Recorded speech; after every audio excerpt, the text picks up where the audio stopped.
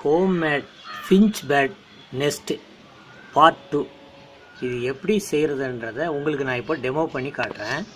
இதுக்கு தேவையான பொருட்கள்னால் ஒரு கொட்டாங்கச்சி அப்படியே உடச்சி ரெண்டாக எடுத்த மாதிரி ஒரு கொட்டாங்கச்சி ஒன்று ரெடி பண்ணிக்கோங்க.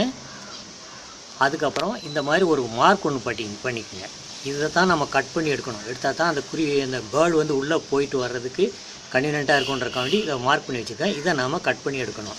இதுக்கு தேவையான பொருட்கள் பார்க்கணுன்னா இதை கட் பண்ணுறதுக்கு ஒரு சின்ன ஃபைல் ஒன்று வச்சுக்கோங்க.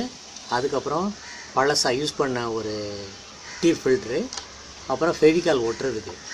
இந்த டீ ஃபில்டரை வந்து இந்த நடுவில் கட் பண்ணி எடுத்துக்கோங்க. இந்த சென்டரில் இருக்கிறத கட் பண்ணி எடுத்துட்டா தான் இது வந்து உட்கார வைக்கிறதுக்கு வசதியாக இருக்கும்.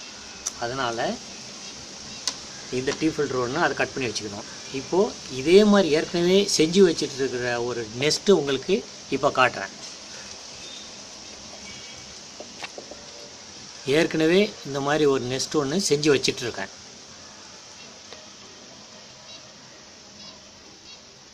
இந்த ஜாயிண்டில் தான் ஃபெவிகால் போட்டு ஒட்டிடுறோம். ஒட்டிட்டு இது கட் பண்ணியிருக்கோம்னா அந்த பேஸு, இதை கட் பண்ணியிருக்கிறதுக்கு மேலே இது உட்கார வச்சிட்டிங்கன்னா அழகாக இது நெஸ்ட்டு அப்படின்னு நின்றுடும். இதில் வந்து இங்கே உட்காந்துட்டு குருவி இது உள்ளே போயிட்டு இதில் வெளியில் வர மாதிரி இருக்கும். ஆக இது வந்து எப்படி அந்த கூண்டுக்குள்ளார இந்த நெஸ்ட்டை ஃபிக்ஸ் பண்ணுறதுன்றதை உங்களுக்கு இப்போ உங்களுக்கு டெமோ பண்ணி காட்டுறோம்.